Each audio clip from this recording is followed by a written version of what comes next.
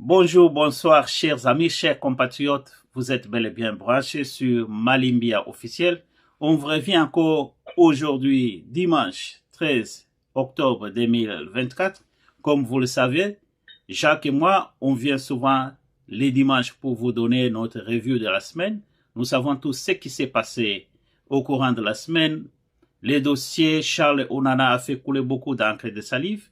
Qu'est-ce qu'on peut retenir de ces dossiers? On va développer ensemble avec notre ami Jacques. Aussi, on va parler du dossier de la révision de la Constitution. Pourquoi cette Constitution fait-il peur? Pourquoi la Constitution fait peur à nos ennemis, qui sont les Occidentaux, et ils veulent intervenir? On va parler aussi du dossier Moïse Katumbi, qui fait aussi couler beaucoup d'encre et de salive. On va parler du dossier Constant Moutamba, comme vous le savez, c'est l'un des ministres qui, chaque fois qu'il sort, et on voit qu'il est aux œuvres, il est en train de faire ce que le président de la République lui a dit de faire, mais les autres ministres, ils sont toujours calmes. On ne sait pas ce qu'ils sont en train de faire. On va développer ces dossiers. Et on va terminer avec les dossiers de notre fille qui a été tuée au Canada. Paix à son âme, on va parler de ça et mes condoléances à toute sa famille.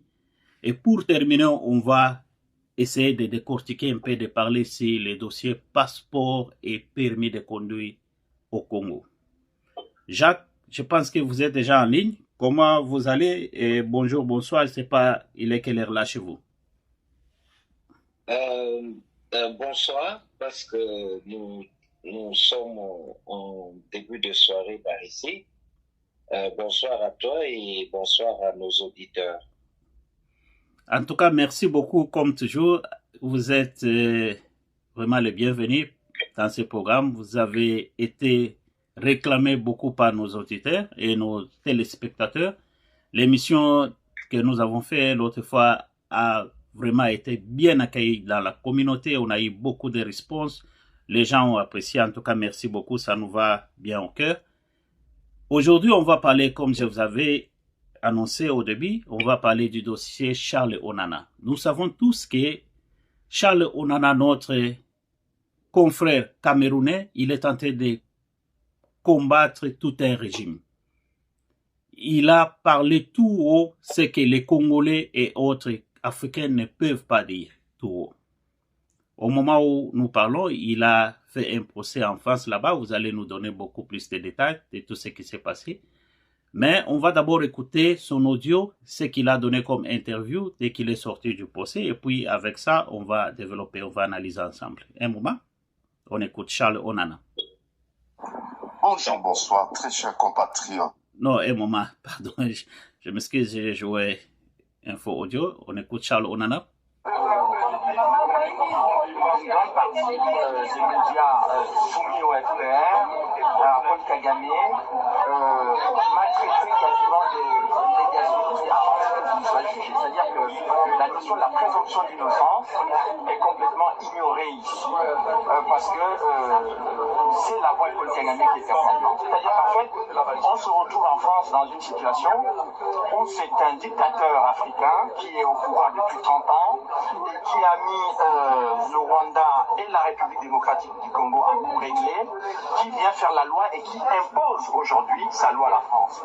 Donc, j'espère que la justice française ne se laissera pas impressionner par ce diktat. Je sais que Kagame avait demandé la tête du procureur Carla Del Ponte au tribunal pénal international. Il l'a eu.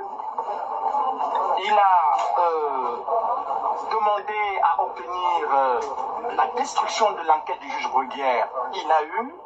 Et aujourd'hui, il demande la tête de Charles Onana. J'espère qu'il ne l'aura pas. Tous les soupçons des Congolais, il n'aura pas. Parce que les Camerounais, les Congolais et les Français, tous ceux qui vous soutiennent sont inquiets sur votre sécurité. Qu'est-ce que vous en dites? Bon, je leur dirais de ne pas être inquiet parce que, évidemment, mon avocat a déposé plainte pour menace de mort parce que le 13 juillet dernier, M. Paul Kagame a dit que des gens comme moi doivent mourir. nous prenons ces menaces au sérieux, mais vous n'avez pas à vous inquiéter pour moi parce que, en fait, M. Kagame a des millions de morts sur les bras. Il s'en moque éperdument. La seule chose que je veux dire au peuple congolais aujourd'hui, ne vous laissez pas impressionner par la communauté internationale. Ne vous laissez pas intimider par l'attitude et des médias qui soutiennent Paul Kagame et de l'attitude de Paul Kagame lui-même. Il va falloir aujourd'hui que les Congolais comprennent que si ils laissent Paul Kagame faire, ce pays disparaîtra. Et c'est son objectif. Et donc, l'objectif aujourd'hui, c'est au-delà de ma petite personne, j'ai entendu ici au tribunal que mon procès, le résultat de mon procès aura des conséquences judiciaires et politiques. Ça signifie donc que le procès qui est intenté contre moi est un procès politique. Donc, il est important que les Congolais reçoivent ce message là où ils sont aujourd'hui. C'est-à-dire que ce que j'ai révélé dans ce livre concernant l'organisation dès 1994 de l'invasion du Congo pour le pillage de ses ressources minières, c'est exactement cette politique qui est en marche et M. Charles Onana est venu perturber cette situation et il faut le tuer. Et donc, ils veulent me tuer judiciairement et me tuer physiquement. Donc, c'est à cela que j'attire l'attention des Congolais et des hautes autorités congolaises, notamment le président de la République de la RDC. Il faut qu'ils sachent qu'ils ont utilisé la même méthode pour éliminer le président Habyarimana. Ils ont pris le temps, ils ont passé le temps à dire qu'il faut négocier, il faut discuter, mais si les autorités congolaises et tous les conseillers du Congo ne prennent pas conscience qu'il n'y a pas que le Congo qui est en danger, mais que même les institutions de ce pays sont en danger. Donc, je tenais à faire passer ce message-là, parce que quand on dit que le résultat de mon procès aura des conséquences politiques, il faut qu'on comprenne de quoi il s'agit. Monsieur Charles, Monsieur Charles. Jacques, je pense que nous avons suivi l'audio de Charles Onana. Ça fait peur. Oui.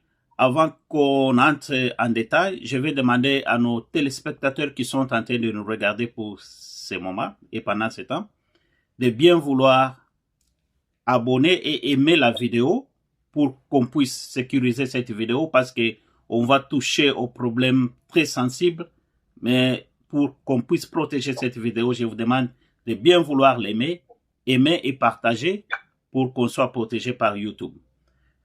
Jacques, je vous donne la parole. Charles Onana, le Camerounais qui est en train de combattre pour la RDC, est tout à fait clair dans ses dires.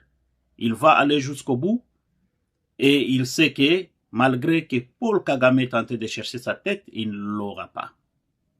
Vos impressions, parce que vous êtes en France et là où le procès s'est passé, qu'est-ce que vous nous dites? Je dis bravo et courage à Charles Onana. Il mène un combat juste. Peu importe qu'il soit camerounais, ivoirien, togolais, malien, mais il parle d'une cause juste sur l'humanité. Charles Onana n'est pas le seul, mais il a brillé parce qu'il est allé de l'avant par rapport à d'autres journalistes congolais qui ont aussi fait ce travail-là. Et Charles Onana n'a pas travaillé seul. Il a eu beaucoup de collaborateurs congolais et même des collaborateurs rwandais et tutsis. Alors, moi je dis, il a fait quelque chose de bien, de grand. Il faudra que le Congo s'incline pour sa bravoure. C'est très bien ce qu'il a fait. Et il va aller de l'avant, ça c'est sûr, parce que le Congo l'accompagne. Et même une grande partie du Rwanda est d'accord avec lui. Je ne parle pas pour le Rwanda, mais je dis quand même qu'il a le soutien de beaucoup de gens. Donc, la seule volonté de Kagame est de vouloir en finir avec lui, ne pourra pas arrêter tout un peuple qui est derrière Charles Onana. D'abord, je vous dis en parenthèse, qui a porté plainte contre Charles Onana? C'est 4 ONG rwandaises soutenues massivement par Paul Kagame. C'est là où on voit déjà que c'est un débat ou c'est un jugement politisé. Politisé. Oui. Ce qui va arriver, à coup sûr, il y aura un non-lieu. Ces 4 ONG portent plainte contre Charles Onana en disant que le livre qu'il a publié, Holocauste au Congo, je crois, il a remis en question tout ce que l'histoire du génocide rwandais a pu écrire. Or, c'est une fausse histoire. Charles Onana a bravé dans ce qu'il dit dans ce livre-là, c'est la pure vérité. C'est pourquoi ça agace le régime de Kigali. rwandais. De Kigali. C'est ça le problème.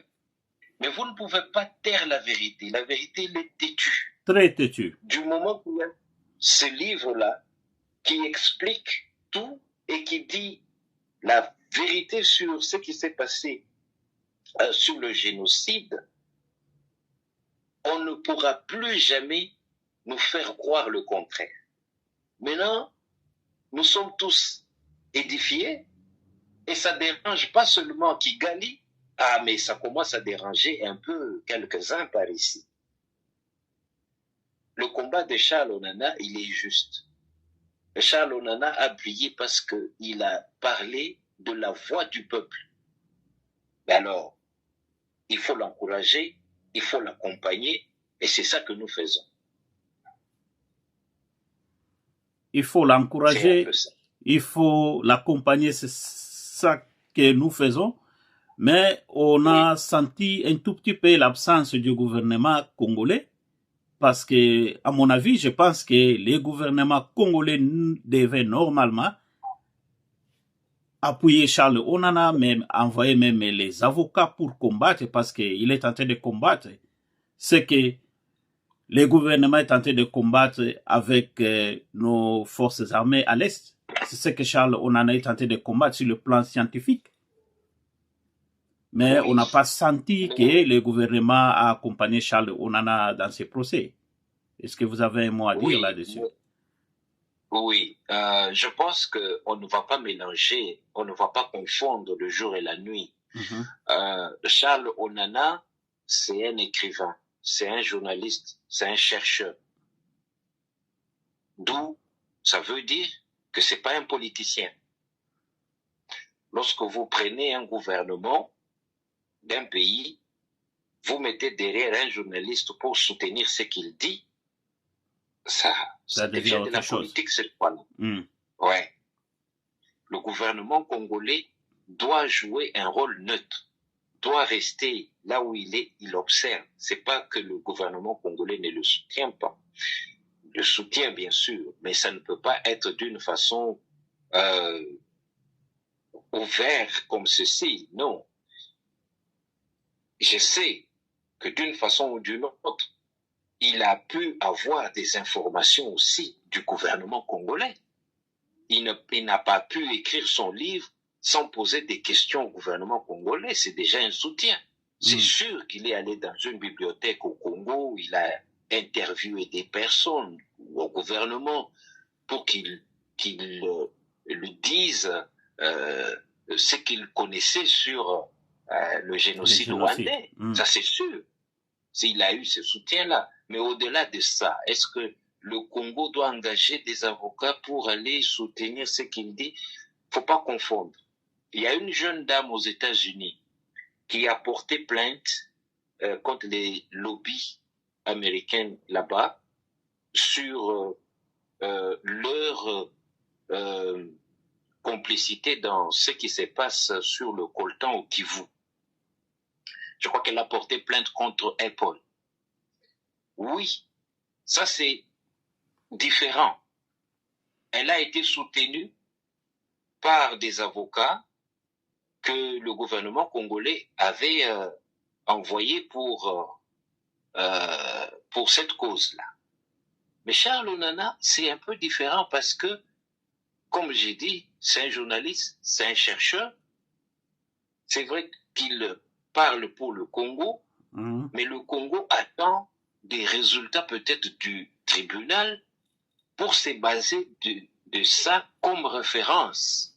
Le gouvernement congolais doit peut-être amener le problème du Rwanda à la Cour internationale de la Haye avec des documents pour supporter sa plainte et utiliser par exemple d'autre part ce que Charles Onana a fait comme travail.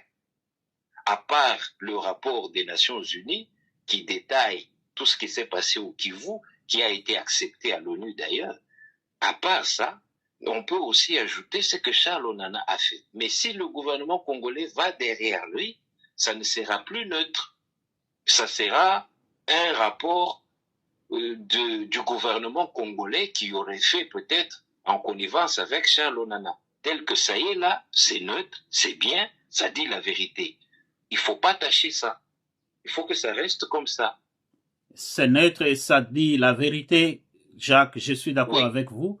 Et je suis très content. Ce qui m'a beaucoup plus tiqué, c'est que j'ai vu pour la première fois, après beaucoup d'années, des polémiques entre nous, Congolais, j'ai vu pour la première fois que tous les Congolais étaient réunis comme un. Derrière Charles Onana, on a laissé tous nos indifférences, nos partis politiques et consorts. Donc, j'ai vu presque tous les Congolais de Paris derrière Charles Onana. La diaspora tout entière. Ça, vraiment, je suis vraiment très content. J'ai dit félicitations vraiment à la diaspora. Ce n'était pas seulement les Congolais, on a vu aussi les Camerounais, les Rwandais qui sont contre le régime de Kagame. Et espérons que ce procès ici va nous donner quand même un résultat positif. Malgré ça, mais il a dit quelque chose de très important. Je pense que la fois passée, quand on a fait notre émission, on a essayé de donner un petit conseil, mais qui est grand au président de la République. Mais Charles Onana a dit un petit détail là qui fait peur. Je ne sais pas si vous avez suivi ça juste presque à la fin là. Il avait dit qu'il connaît très bien le régime de Kigali.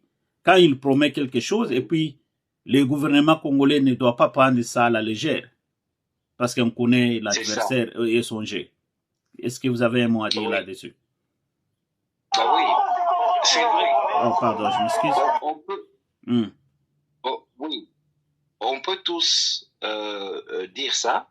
On l'a bien entendu. Ces phrases-là qui font froid au dos. Oui. Mais moi, je dis ceci.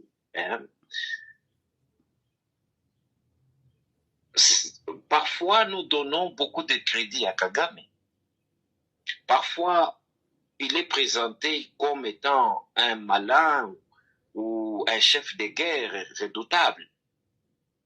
Mais avant Kagame, il y avait Mobutu, n'est-ce pas? Qui était craint de tous. Mais qui ne connaît pas la fin de Mobutu? On dit de Mobutu qu'il était très bien organisé et très bien renseigné. Quand il allait sur un point, il savait toujours comment démanteler ou trouver une solution. Mais Kagame, il ne peut pas planifier de faire du mal au Congo et le Congo attend qu'il vienne faire du mal. Non. Non. Il a peut-être réussi une fois, une deuxième fois, mais pas une troisième fois. Tout a une fin. Et je crois que lui-même, il sait qu'il est à la fin. Hier, il n'y avait personne qui pouvait parler de lui. Aujourd'hui, ceux qui étaient avec lui commencent à parler contre lui. C'est-à-dire que le début de la fin vient de commencer pour lui. Qu'est-ce qu'il va faire? Qu'est-ce qu'il va faire au Congo? Rien. Il ne pourra plus rien faire. Le Congo ne va pas l'attendre, lui, comme si le Congo était un petit enfant que lui avait l'habitude de taper dessus et puis qu'il revienne encore le faire en toute impunité. Jamais ça ne se fera plus. Même ceux-là qui l'ont longtemps pris pour leur poulain, mais aujourd'hui ils commencent à parler contre lui, c'est-à-dire les États-Unis et la France. Hier, c'était pas possible. C'est lui qui donnait le ton. C'est lui qui parlait. Mais aujourd'hui, on lui répond. Ça n'a pas l'air de bien marcher pour lui. Hein. Alors, moi, je pense que ce que Charles Onana a dit, c'est bien. Mais moi, je dirais, ça ne sert à rien de nous faire peur. Parce que les Congolais n'ont plus peur. Les Congolais se sont réveillés. Les Congolais ne vont plus reculer. Donc, quand on dit ça, c'est comme une façon de nous mettre un bouclier devant et nous dire ah, faites attention. Non, non, non, non. Le Congolais, maintenant, il est déterminé à en finir. On ne va pas reculer. On ne va plus reculer. On ne va plus reculer. En tout cas, vous avez bien dit, on ne va plus reculer. On est prêt, comme on l'a toujours dit. Notre président est vraiment très près et il est vraiment déterminé parce que en l'entendre parler, comme il a toujours dit, il n'a pas le temps, il ne fait plus confiance à Paul Kagame. Espérons qu'il va mener ce combat jusqu'au bout. Félix va passer, mais le combat va rester. Donc, on doit vraiment foncer et libérer notre peuple à l'est du Congo. En tout cas, ça, c'est vraiment clair. Vous avez quelque chose à ajouter? Oui, je voudrais ajouter ceci. Il faudra qu'en Afrique, qu'on puisse élever notre niveau d'intelligence. Il faudra que tous les Africains, c'est pas seulement les Congolais et les Rwandais, mais il faudra que nous, Africains, nous puissions réfléchir un peu plus qu'avant.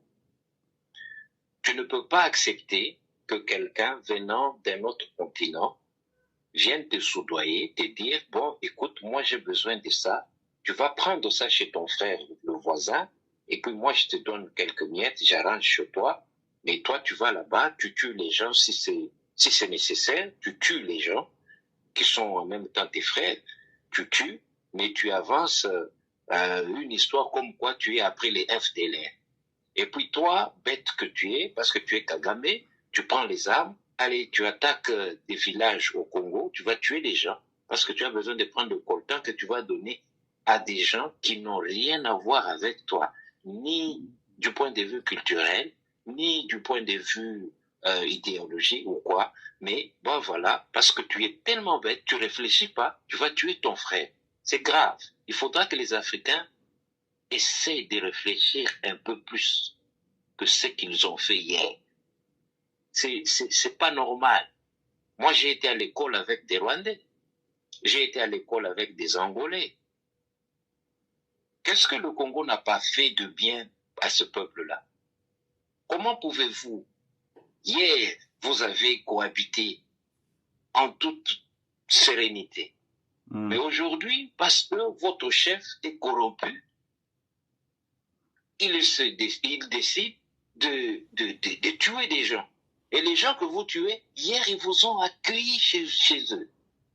Est-ce qu'il n'y a pas moyen de réfléchir un peu plus que ce qu'on réfléchissait hier, là? On ne peut pas élever un peu notre niveau? Tu ne peux pas faire ça? C'est quand même drôle que des gens soient tellement assoiffés du sang et oublier que les gens que nous sommes en train de tuer là, ils ont accueilli nos pères, nos ancêtres, mais ils les ont accueillis sur leur territoire, sur leur terre. Quand nous, on avait des problèmes, nous sommes venus chez eux, ils nous ont accueillis. Mais aujourd'hui, nous sommes en train de tuer ces mêmes personnes qui nous ont accueillis chez eux. Est-ce que l'intelligence a quitté le Rwanda? Quand même. Même si vous avez, vous êtes autoproclamés les poulains chéris des États-Unis, mais quand même réfléchissez, non? Jacques, comme on l'a toujours dit, on n'a pas de problème avec nos frères et sœurs rwandais. On a les problèmes avec les régimes de Kagame, s'il faut bien le dire, parce qu'il faut appeler le chat par son nom. On n'a pas de problème avec nos frères rwandais. On a étudié ensemble. Il y a nos frères et sœurs qui se sont mariés. Ils sont ensemble, ils ont des enfants. Mais le problème, c'est qu'on a les problèmes avec les régimes de Kigali, les régimes de Kagame. Oui. Mali, je vais ajouter un dernier élément ici. OK. Lorsque le peuple du Burkina Faso en avait marre avec son régime, du nord au sud, de l'est à l'ouest, tout le monde est sorti dans la rue. Ils se sont mis en marche vers la présidence. Le président a fait quoi? Il a plié ses bagages, il a fui. Son frère était en retard, on l'a attrapé. Mais quand même, le régime avait fui. C'est-à-dire quoi? Un de nos leaders au Congo avait dit, le jour que ce peuple prendra conscience et qu'il se prenne en charge, le développement commencera ce jour-là. Kinshasa seulement fait à peu près 15 millions d'habitants. Nous avons une armée qui frise les 100 000 hommes. Je ne sais pas qu'est-ce qui nous manque, nous, d'aider un petit groupe de Rwandais qui ne sont pas d'accord avec Kagame, non pas un petit groupe, la majorité, d'aider ces gens-là à faire partir Kagame du pouvoir. Vous savez pourquoi? Ça s'appelle faire payer une personne en monnaie des singes de ce qu'il vous a fait. Kagame s'est autorisé, avec une minorité congolaise, de marcher sur le territoire congolais et aller chasser notre président. Même s'il était mauvais, c'était notre président. Même s'il avait, je ne sais pas, fait quoi, mais c'était un président congolais. Il a marché jusqu'à Kinshasa avec ses troupes en bottes de caoutchouc. Ils ont fait partir Mobutu. Non, moi je ne dis pas que Mobutu était un homme bien, non. Mais est-ce que ça appartenait au Rwanda de le faire partir du pouvoir? Non. Alors, nous, les Congolais, nous devons nous associer avec la majorité au Rwanda qui ne veut pas de Paul Kagame. Nous marchons aussi sur Kigali, on fait la même chose. C'est ça que nous devons faire. C'est comme ça qu'on peut remettre les choses à égalité. Voilà, ça c'est une bonne philosophie. Vraiment, c'est une bonne philosophie, oui. Nous prenons la moitié de nos effectifs de l'armée congolaise, nous marchons sur Kigali. On verra si Paul Kagame va rester au pouvoir. Il faut que le Rwandais fasse ce que le Burkina Faso a fait pour faire partir Blaise Compaoré. Le Rwanda peut faire ça aussi. Ils ne vont pas toujours pleurer matin, midi, soir, et puis venir se réfugier au Kivu. Non, non. Ils doivent marcher sur Kigali et faire partir Paul Kagame. Il n'est pas invincible. Parfois, on dit qu'il ne dort même pas à Kigali, il va dormir en brousse. Il n'a plus la paix. Il y a toute chose à un début et une fin. Comme vous avez dit que ça, c'est le début et la fin d'un régime. Oui, quand on est maquisard, on n'a plus le pouvoir dans un bain de sang. Les maisons, les villas, ça leur dit rien. Ils sont habitués à dormir dans des tentes en brousse. Oui. Ouais. Vraiment. En tout cas, c'est bien dit. Espérons que nos frères rwandais et rwandaises sont en train de nous suivre pendant ce temps. Aimez cette vidéo, chers amis. Dès que vous venez à peine de nous retrouver, aimez cette vidéo et partagez pour qu'on puisse quand même sécuriser. Parce que c'est tout un message, c'est un show qui est vraiment très sensible. Parce que nous sommes en train de parler des dossiers de ces criminels des régimes de Kigali qui est en train de faire rage en Afrique centrale. Et Jacques, pour avancer, on va aussi parler du dossier Moïse Katumbi. Non, pardon, avant d'entamer les dossiers Moïse Katumbi, on est toujours au Congo où on ne pouvait pas passer dans cette émission sans toutefois parler de la révision de la Constitution. Pourquoi Oui. la révision de la Constitution fait parler même nos voisins, même nos ennemis, les gens qui ne sont même pas congolais? Pourquoi ils sont intéressés? Ils ont juste un mot à dire aussi sur les dossiers internes, ce qui nous concerne. C'est notre révision, c'est notre constitution, on peut la réviser à tout moment. Si on constate que non, maintenant on est au, je sais pas, 2e siècle, au 3e siècle, au 21e, au 22e siècle. Donc maintenant on mange le poulet chaque jour, donc on doit réviser pour commencer à manger un peu de veg. Donc ça ne leur concerne pas. Mais pourquoi ils sont intéressés, ils ne veulent pas cette révision de la Constitution? Qu'est-ce qui se cache derrière tout ça? La première petite bonne raison qui se cache derrière tout ça, c'est que la Constitution telle qu'elle est écrite actuellement, elle arrange certaines personnes. Qui sont ces personnes? Ce sont ces personnes qui ont peur de ce que Tchani avait dit des pères et des mères, comme moi. Il y a beaucoup de gens au Congo, dans la politique congolaise et dans l'armée congolaise, qui savent très bien que cette constitution actuelle a été écrite pour les protéger. Parce qu'ils savent qu'ils n'ont pas tous leurs 2 pieds au Congo comme citoyens congolais. Ils ont un pied au Congo et un pied quelque part dans un pays voisin. Alors, quand on change la constitution ou bien quand on fait des amendements, ça risque de les toucher gravement. Dans une de nos anciennes constitutions, il est dit qu'un étranger ne peut pas occuper le poste de capitaine dans l'armée. Il ne peut que se limiter sous le poste de lieutenant ou de sergent. Or, vous vous imaginez qu'il y a 200 généraux rwandais dans l'armée congolaise. Est-ce que vous pensez que ces gens-là vont aimer le changement de la Constitution? Non. Non. Nous avons des gens comme celui qui était vice-président lors des 4 vice-présidents-là. Robert, oui. Vous avez des gens comme Moïse Nyarugabo. Vous avez des gens comme celui qui était PDG de l'ONATRA. J'ai oublié son nom. Ah oui, le nom m'échappe aussi. Est-ce que vous pensez vraiment que ces messieurs-là, ils peuvent dire devant nous, en nous regardant dans les yeux, que oui, ils sont pour le changement de la Constitution?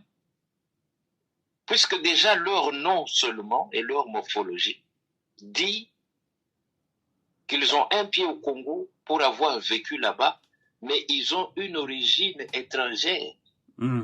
Est-ce qu'une personne comme Katumbi peut nous dire avec aisance que oui, je suis d'accord pour le changement de la Constitution? Je ne pense pas. Il y a des Congolais qui se disent Congolais parce qu'ils ont vécu au Congo, mais qui ont des passeports étrangers. Tous ces gens-là n'ont aucun intérêt à voir cette Constitution-là changer. Pourquoi? En 2003, lorsque le Rwandais qui nous a dirigés pendant 18 ans, lorsqu'il était aux affaires, il a taillé cette Constitution-là sur mesure. C'est-à-dire, c'est une Constitution qui le mettait, lui, à l'abri, en tant que Rwandais, et qui mettait ses frères à l'abri. C'est dans cette Constitution-là où on parle de mixage. C'est dans cette Constitution où on dit, prenez les rebelles du M23, des RCD et de tout et tout et tout, mettez-les ensemble dans les forces armées congolaises. Et quand on a fait ces fameux brassages, nous nous sommes retrouvés avec les 200 généraux rwandais que nous avons aujourd'hui, dont la majorité se trouve au Kivu. Je me demande même pourquoi le gouvernement n'agit toujours pas. C'est ça le problème. Parce que tous ces généraux-là avaient la trentaine, la quarantaine. La nouvelle constitution va dire ceci. Vous avez 50 ans, vous démissionnez de l'armée. Mais puisque ces gens-là ont entendu parler de ça, vous pensez qu'ils vont soutenir le changement de la Constitution? Non. À 50 ans, vous prenez votre retraite, vous n'êtes plus dans l'armée. Hein? Nous avons besoin d'une armée jeune. Lorsque vous prenez un général qui a 60 ans, avec un ventre qui ressemble à une femme enceinte, vous pensez qu'il fera quoi quand il y a la guerre? Rien. Vous regardez un général qui met des chaînettes en or, des bagues en or. Vraiment. Et tout ce qui reste, c'est qu'ils mettent un peu de rouge à lèvres. Ce sont des hommes d'affaires. Ce ne sont pas des généraux d'une armée normale. Non, ces gens-là ne méritent même pas d'être appelés généraux. Je me demande même pourquoi ils sont toujours là. Qu'est-ce qu'ils font tous au Kivu si ce n'est le trafic de coltan? Bon. L'autre raison, Mali. Oui. Pour ce qui est du basic, hein, pour ce qui est de élémentaire, une constitution est écrite un tout petit peu en majorité par la société civile. D'où est-ce qu'on trouve cette société civile? Ben, c'est par exemple, on prend les chefs des territoires, les chefs des localités, les chefs coutumiers surtout. Parce que ce sont les chefs coutumiers qui nous disent exactement les origines des peuples. Nous avons 145 territoires. Nous avons 450 tribus. Nous avons besoin de 450 personnes de chaque tribu, par exemple, ou bien représentées par un chef coutumier, dans ce qui est de la rédaction de la Constitution. D'abord, c'est à eux qu'il faut d'abord donner la première place. Nous devons écrire dans notre Constitution toutes les 450 tribus du Congo.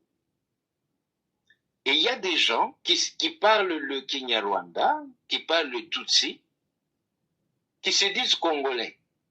Or, sur les 450 tribus que nous avons au Congo, il n'y a pas le Kinyarwanda dedans. Non. Alors, je me demande pourquoi est-ce que ces gens-là auront la facilité d'accepter le changement de la Constitution. Ils ne vont pas accepter. Ils vont pas. La majorité de ceux-là qui font du bruit, quand vous les regardez, ce n'est pas des Congolais. C'est des gens qui ont des origines oui, à 25% congolaises, 75% d'ailleurs. Alors, ça fait peur parce que la nouvelle constitution veut vraiment remettre les choses en marche. Je me demande, à l'époque, lorsque le Rwandais qui nous dirigeait avait modifié ou refait la constitution, pourquoi, par exemple, il avait annulé la loi Bakajika? Pourquoi? Est-ce que, parce que cette constitution-là a été écrite au moment où le Congo était en guerre, est-ce que la loi Bakajika avait quelque chose de menace nationale sur la guerre qui était au Congo à l'époque? Donc vous sentez que c'est quelque chose qu'on avait fait avec intention de nuire. La loi Bakajika a été annulée, qui dit que le sol et le sous-sol congolais appartiennent à l'État, et elle a été remplacée par l'article 217. Qu'est-ce que l'article 217 dit? Elle dit ceci, que le Congo, en temps de guerre, peut céder une partie de son territoire au nom de l'africanisme, peut céder une partie de son territoire au continent africain, c'est-à-dire à un peuple, à une communauté. Par exemple, nous pouvons prendre le Rutshuru et le donner au Rwanda au nom de l'africanisme. C'est ça que la loi 217 de la Constitution dit. Si vous êtes Congolais, vous allez dire qu'on change cette Constitution. Mais si vous êtes étranger, vous ne pouvez que refuser parce qu'il y a cette loi 217 qui donne avantage aux étrangers. Tu vois? Vraiment. Tu comprends que les gens qui font le bruit aujourd'hui dans la rue, qui disent « Non, tu sais qu'elle dit, ah c'est ma constitution, ils sont pas bien informés. Moi, je vais pas dire les gros mots ici. Moi, je dis seulement qu'ils ne sont pas bien informés et ils manquent de sagesse. Ils ne savent même pas qu'est-ce qu'il y a dans cette constitution-là qu'ils disent « Ah, c'est ma constitution. » Ils ne savent même pas. Donc, c'est question juste d'éduquer les gens, parce que d'après d'autres personnes, ils pensent que, donc, on parle du changement de la Constitution, la révision de la Constitution, on voit que le mandat du président qui sera donc révisé, donc les présidents auront beaucoup de mandats. C'est ce qui leur préoccupe. Donc, eux ne voient pas les autres histoires là que vous venez à peine de décortiquer. Moi, j'aimerais leur poser la question. Nous avons eu un charlatan à la tête du pays pendant 18 ans. Et l'attitude de beaucoup de ces gens qui parlent aujourd'hui, c'est l'attitude d'un chien qui a mis sa queue entre ses deux pattes. Donc, qu'est-ce qui fait qu'aujourd'hui, lorsque quelqu'un vient, il dit, nous allons revoir cette histoire de constitution parce que ça a été fait par des individus qui avaient pour vocation de se tailler certaines lois pour se protéger. Mais là, nous devons faire une constitution qui protège le peuple congolais.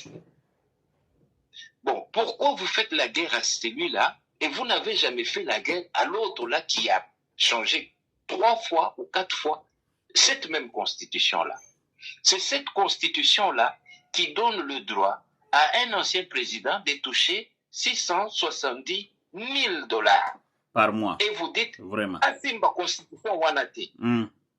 Vraiment. Vous pensez que ces gens-là sont congolais? Vraiment? Moi, je ne pense pas. Ce pas des Congolais. Parce qu'un Congolais, des pères et des mères, comme moi, ne va pas accepter ça. Il suffit qu'on me dise seulement 2 lignes qui ne sont pas en très bon rapport avec une constitution d'un pays, que déjà je dirais, enlevez-moi ça, j'ai ramené ça au Rwanda. C'est tout. Alors s'il y a des gens encore au Congo qui se disent congolais, mais qui veulent garder cette constitution-là, c'est un problème de niveau, c'est un problème d'éducation. Il faut les éduquer, c'est tout. C'est ce que je voulais dire.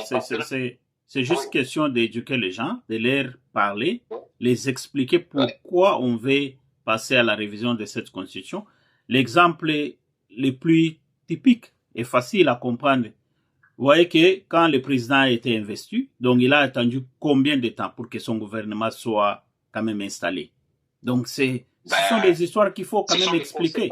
Voilà, ce sont des histoires qu'il faut quand même expliquer. Hein? Au moment où le président devait venir avec les gens que lui-même veut se choisir pour diriger le pays avec, non, à cause de la Constitution, il doit attendre qui a eu la majorité au Parlement, qui a eu la majorité à l'Est ou à l'Ouest. Donc, vous me donnez 2 gens, 3 gens, sans vision, chacun avec sa vision. Donc, on vient, on constitue un gouvernement. Donc, tout cela, ce sont des motifs pour lesquels nous voulons changer cette constitution. Donc, c'est pour cela que nous disons qu'il faut éduquer nos frères, il faut éduquer nos compatriotes pour qu'ils puissent comprendre. Quand on parle de la révision de la Constitution, on ne vise pas seulement le président de la République pour s'éterniser au pouvoir. C'est pour l'intérêt de tout un peuple. Il y a beaucoup de choses qui ne marchent pas. Oui, je vous écoute. Voilà.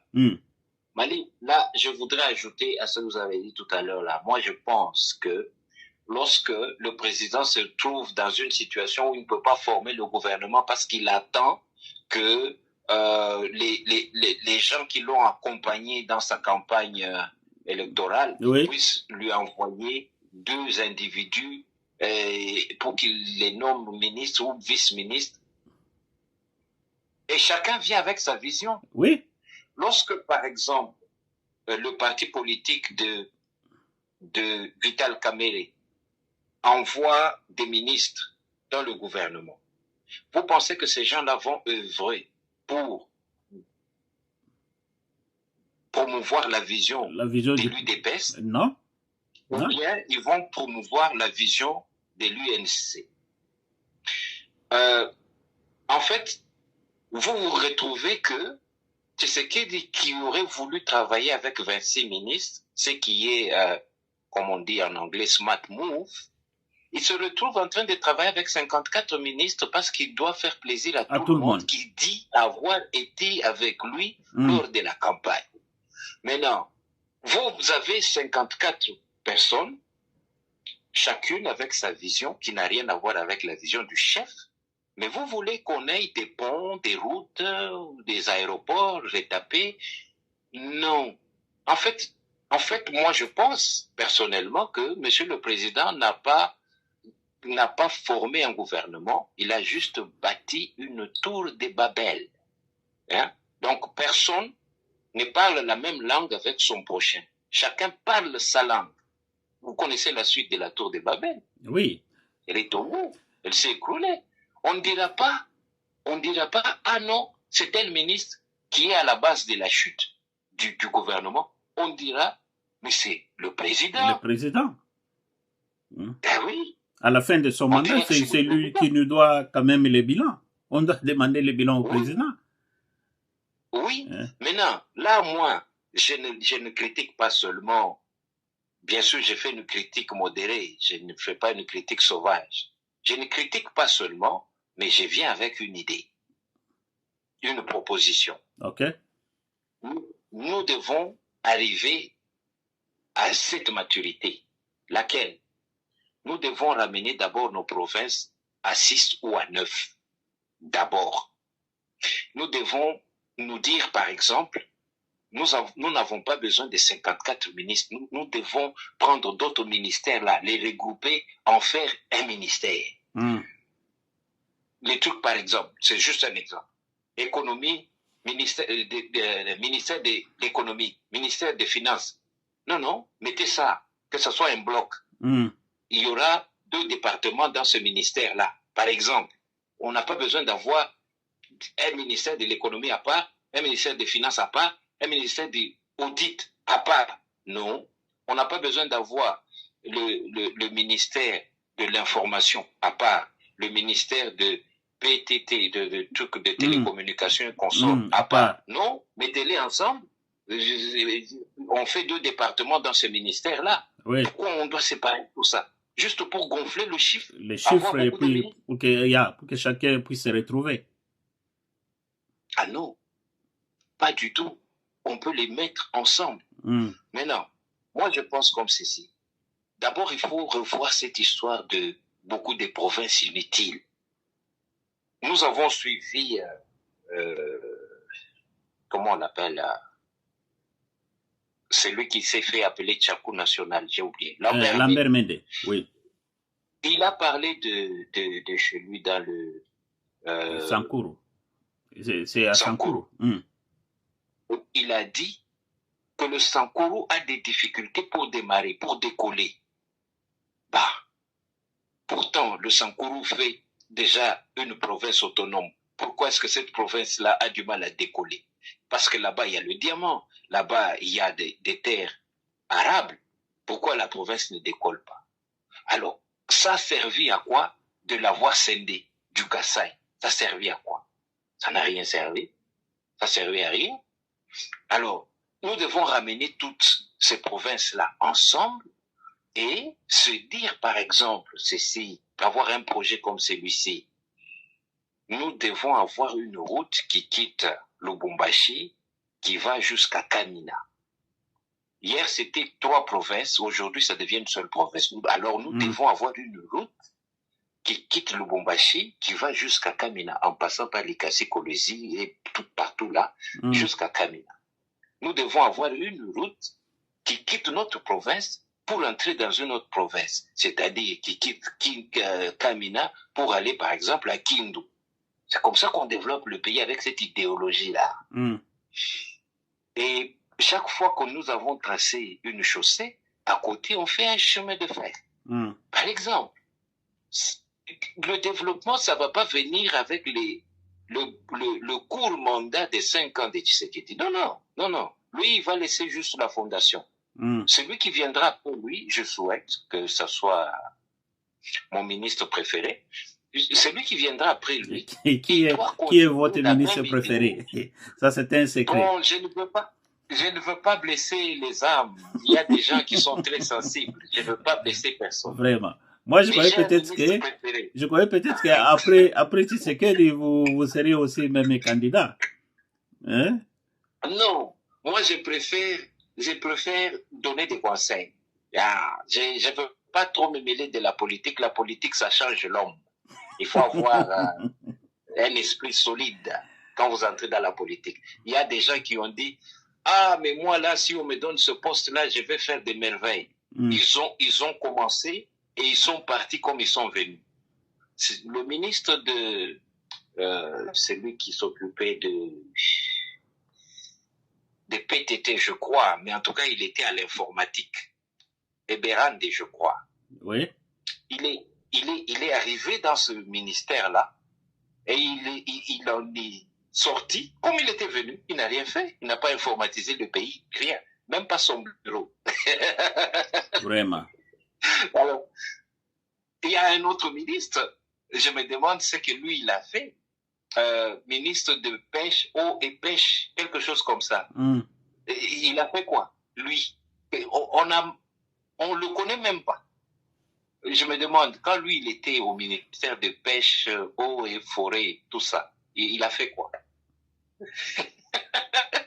Alors, ils ont dit que les ministres seront entendus pour qu'ils donnent le rapport sur leur gestion et tout. Ben, c'est une bonne initiative, mais je me demande est-ce que ça aboutit seulement? Parce que celui qui devait le faire, dernièrement, il était en Côte d'Ivoire, le voilà aujourd'hui en France, le président du Parlement. Mais Mali, j'ai dit ceci, pour terminer mon conseil, c'est que c'est bien que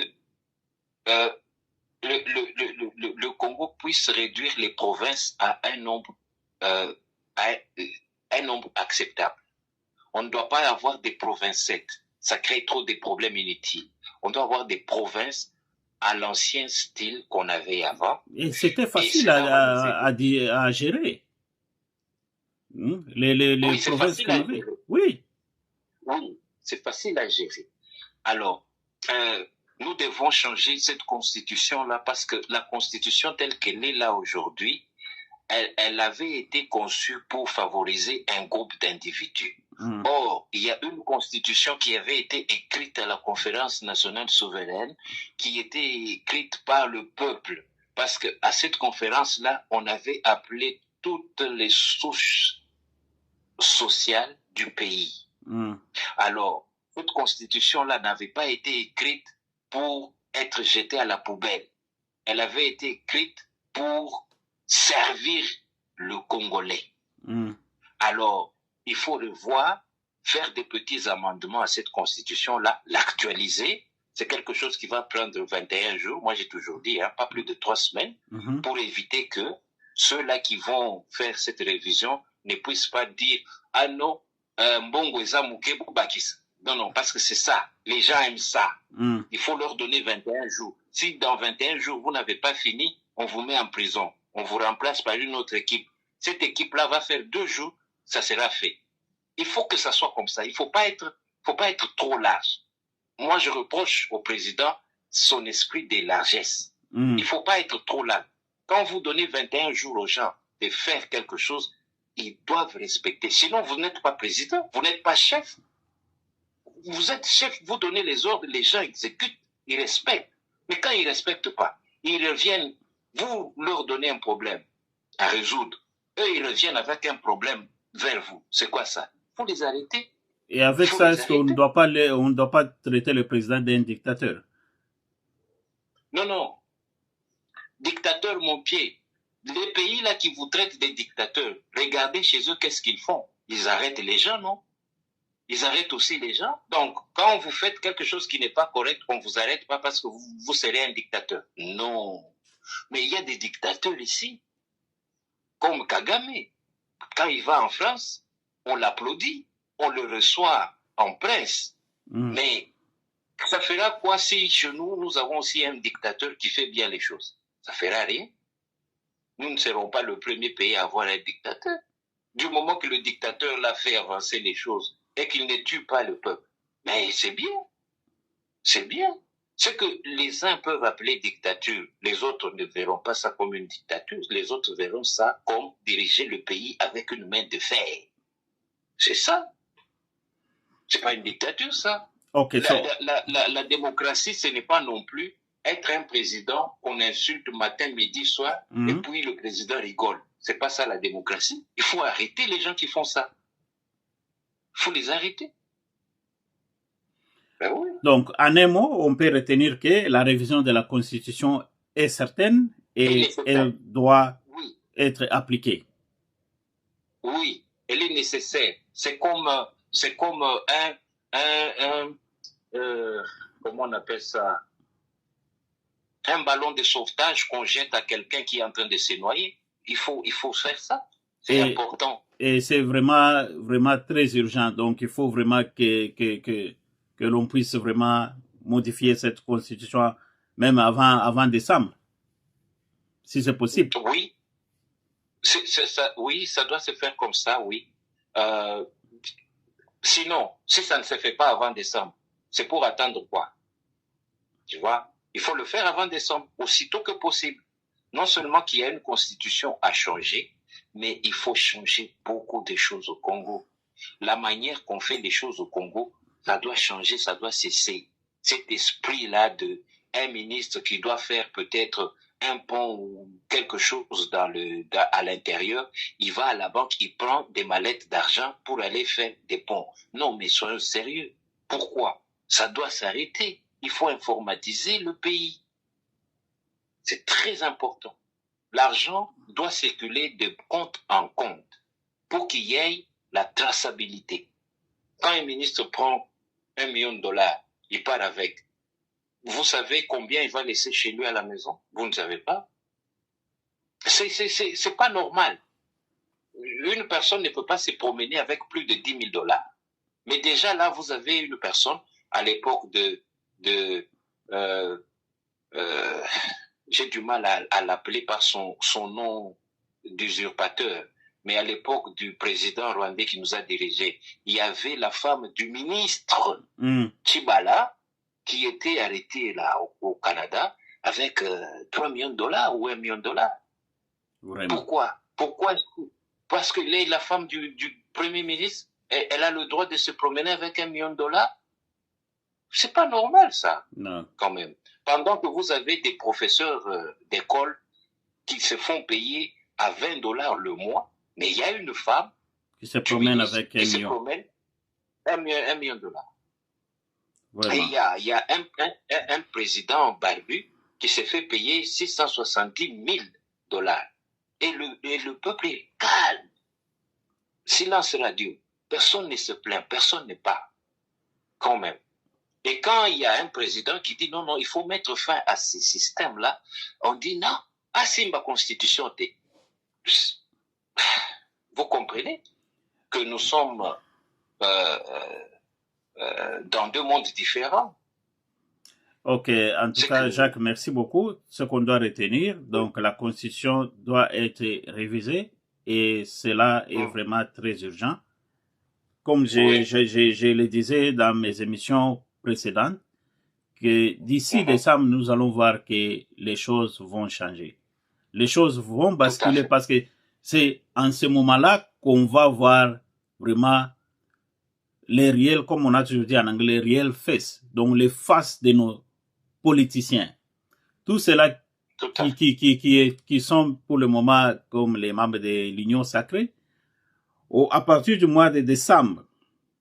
Donc, on va revenir sur cette émission et puis on va encore analyser parce que c'est comme ça avec nos politiciens. Bon, on va passer à notre dossier, celui de Moïse Katumbi, comme on l'avait expliqué l'autre fois. Le monsieur s'est envolé, il est à l'étranger, je l'ai suivi quelque part là-bas, en train de faire des déclarations aussi. de tout ce qu'on lui reprochait là. Mais je veux mettre un petit audio là d'un compatriote qui a essayé aussi de réfléchir sur ce qui se passe derrière ces dossiers de Moïse Katumbi. Et ensemble, on va développer, on va l'écouter. Mais il a essayé aussi de réfléchir tout haut. Il est compatriote comme nous autres et on va l'écouter. Je pose un peu une question aux prêtres catholiques du Haut-Katanga, de la province du Haut-Katanga, qui venaient de faire de bruit sur Moïse Katumbi pour dire c'est un homme philanthrope, un homme de cœur, un homme humaniste, qui a toujours fait des actes, comment on appelle ça, des œuvres sociales. Il construit cet aérodrome, cette piste-là pour permettre d'évacuation des malades, pour faciliter la tâche, parce qu'il a toujours fait ça, il l'a fait dans tel village, dans tel village.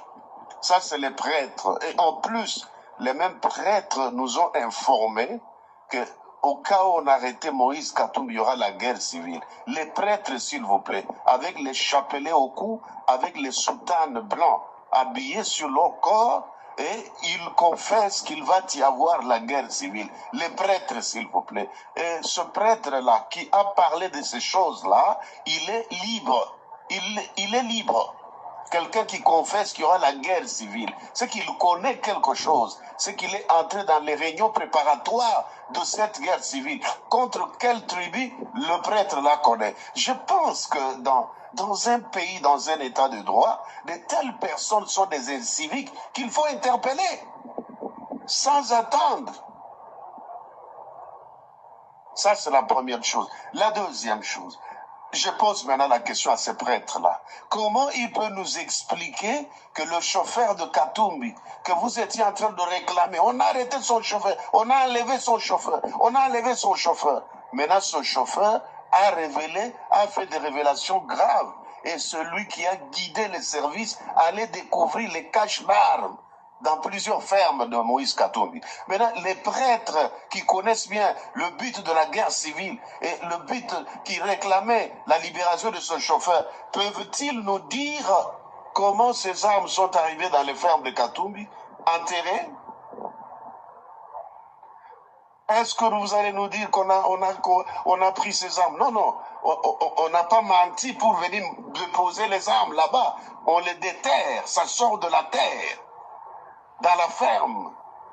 Et c'est le chauffeur, pour coopérer avec la justice, qui a amené les services. Vous voyez ce que je disais il y a quelque temps, que les catholiques ont toujours été des traîtres, des criminels. Ces gens qui portent la croix, une grosse croix sur l'épaule, mais incapables de manifester les valeurs spirituelles de celui qui est propriétaire de la croix de Golgotha, Jésus-Christ. Ces prêtres-là, des hypocrites, ils aiment être salués dans la place publique, Père, Père, Père, mais des criminels, des assassins, des nègres de service. Comment ces gens-là, avec les soutanes blancs, peuvent comploter avec l'Occident pour faire des sales besognes dans un pays? Et c'est eux, les instigateurs du tribalisme au Congo, depuis l'époque. Parce que c'est Léopold II qui avait dit aux missionnaires, là, blancs, que, attention, une telle tribu, j'ai le rapport de telle tribu-là, qui, eux, n'obtempèrent pas toutes les lois que nous leur imposons. Maintenant, les prêtres ont pris ça comme évangile. Nous allons chasser toute l'église catholique dans l'espace Grand Kassai. Parce que vous n'aimez pas ces gens-là. Vous confessez clairement, devant le micro et les caméras, qu'il y aura guerre civile. Guerre civile de quelle tribu contre quelle tribu? Quelle communauté contre quelle communauté? Et pour quelle raison? Katumbi, c'est un citoyen congolais comme vous nous l'avez présenté, tel que vous nous aviez présenté Joseph Kabila. Kabila, mwana ya Mzee Kabila, mtoto wa Mzee Kabila. Maintenant, Katumbi, c'est votre enfant. Mais votre enfant, là, sa mère est de la Zambie, son père est grec, italien, juif, je ne sais pas quoi encore. Et maintenant, ce monsieur, en flagrance de lit, on l'a attrapé en train de réparer ou de construire une piste. sans autorisation. Maintenant, vous vous dites que si on l'arrête, il y aura la guerre civile. La guerre civile contre qui? Est-ce que ça c'est un problème d'une communauté contre une autre? Ou bien c'est un homme en contradiction avec la loi du pays? Maintenant, vous les prêtres, les prêtres catholiques, vous nous dites qu'il y aura la guerre civile. Pourquoi il y aura la guerre civile? Parce qu'un homme est attrapé en train de construire une piste. Maintenant qu'on a retrouvé les armes, ça veut dire que vous êtes dans le complot. Les prêtres catholiques, les abbés, les monseigneurs, tous ces cardinals de trucs là, ce sont des traîtres. Vraiment. Et si moi j'étais au sommet du pays, j'ordonnerais au ministère de tutelle de retirer la licence d'exploitation, la licence qui permet à l'Église catholique de fonctionner sur le territoire national congolais, jusqu'à la nouvelle ordre, jusqu'à ce qu'ils nous redéfinissent un peu leur mission, qu'ils nous montrent clairement qu'est-ce qu'ils sont venus faire au Congo. Ils ne soutiennent pas Katumbi parce qu'ils aiment Katumbi bien à cause de l'argent, non, mais c'est parce que Katumbi est le candidat de l'Occident. Ah bon? Voilà. C'est ce que j'allais dire. Aidez-moi s'il vous plaît. Aidez-moi à partager ce message. Aidez-moi à envoyer ce message même chez les prêtres catholiques. Et moi, je n'aime pas les autres Congolais, les autres compatriotes qui disent que non, c'est pas tous les prêtres, parce qu'il y a d'autres prêtres qui ne veulent pas ça, qui ne sont pas impliqués dans ça. Non, mais ils sont là catholiques. Parce que d'après moi, lorsque une église devient comme ça, on doit quitter cette église-là. Il faut quitter l'église. Il faut montrer sa position. Où est le prêtre qui a toujours fait de bruit en Bujimaï là? Si c'est Blaise Kamba là. C'est le moment de parler maintenant. Et donc, tout le monde sait que c'est le mode opératoire des Occidentaux. C'est leur système de jeu. Lorsqu'on veut vous déstabiliser, on doit vous déconnecter avec votre peuple. Parce que le peuple, c'est la bombe atomique, plus même que tout ça, pour les Occidentaux. Quand le peuple se rebelle, imaginez-vous du peuple de Burkina Faso. Ah oui. Ah oui.